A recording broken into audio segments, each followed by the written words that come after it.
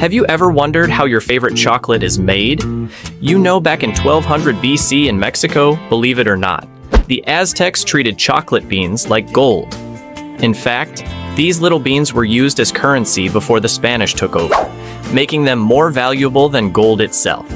The delicious journey of chocolate begins with the Theobroma cacao tree, which in Greek means food of the gods. Pretty fitting, right? These magical trees originally hail from the lush Amazon, but over time they spread to other regions around the globe. The trees thrive in tropical climates, growing within a narrow band, just 10 degrees north and south of the equator. There are 4 main types of cacao beans, but the most popular variety is Forastero, primarily grown in West Africa. In fact, West Africa is the chocolate powerhouse of the world. According to the World Cocoa Foundation, this region alone produces a whopping 70% of the world's cacao, with South America and Southeast Asia also contributing their share to the global chocolate supply. Cacao trees are long-living giants with a lifespan of around 100 years, but they're quite picky about their environment. They need temperatures between 18 degrees Celsius and 32 degrees Celsius to grow, and anything below 10 degrees can be fatal.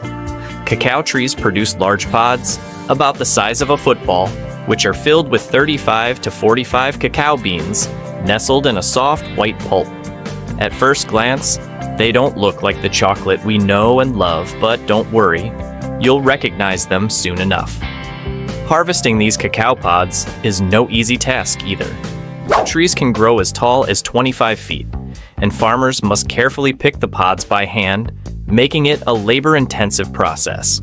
So next time you savor a piece of chocolate, remember it's a sweet reward that starts high up in the trees.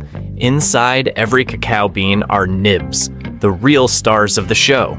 These little guys are full of nutrients and mostly made of fat, which later gets turned into cacao butter, one of the main ingredients that makes chocolate so irresistible.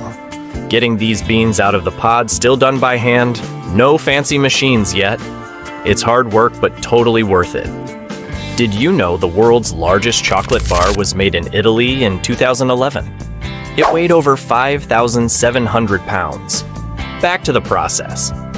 Before cacao beans even reach the manufacturer, they go through 2 essential steps: fermentation and drying.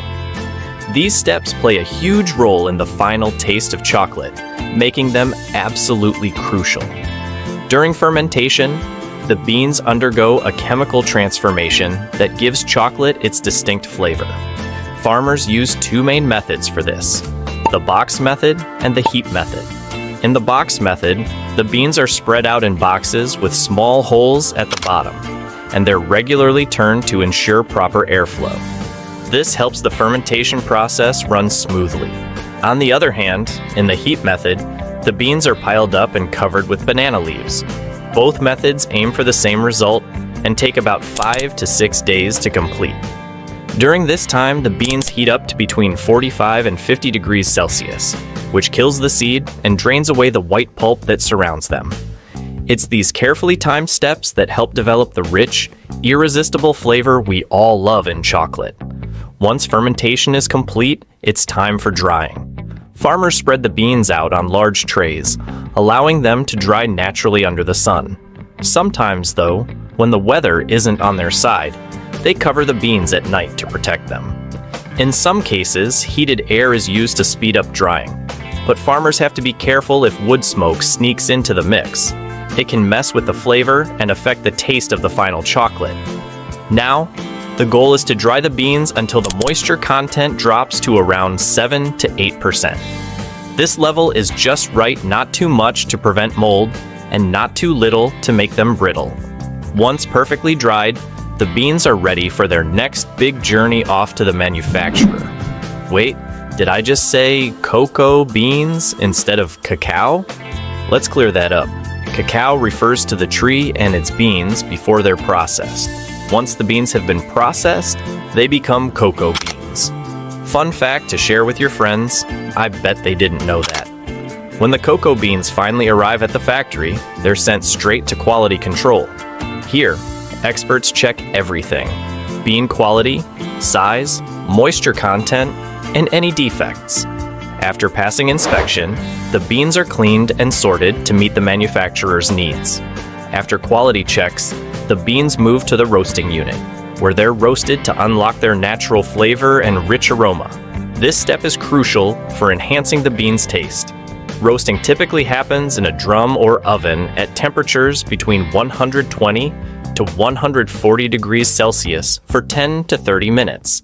It not only reduces moisture and deepens the color, but also makes it easier to remove the outer shell. After roasting, the beans are cracked open, and blowers are used to separate the lighter shells from the heavier nibs. Once the shells are out of the way, the nibs are ready for grinding.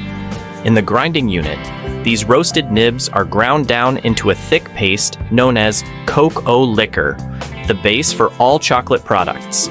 This process involves passing the nibs through a series of rollers that gradually reduce the size until a smooth, viscous paste forms. The resulting cocoa liquor is dark, rich, and packed with that iconic chocolate flavor we all know and love. After grinding, the cocoa liquor is pressed to separate cocoa butter from cocoa powder. This pressing process involves applying pressure to the cocoa liquor, forcing the cocoa butter into a natural fat to separate from the solid cocoa particles. And don't worry, cocoa butter isn't wasted. It finds its way into various food products, like ice cream and coatings, adding that smooth, creamy texture we love. Now, to create that delightful treat, cocoa butter, cocoa powder, sugar, and often milk or other ingredients are blended together. This mixture is then tempered, a key process where the chocolate is carefully heated and cooled. Tempering is crucial. It ensures the chocolate sets properly and achieves that beautiful glossy finish. It also prevents the chocolate from becoming brittle or grainy, so you get that perfect melt-in-your-mouth experience.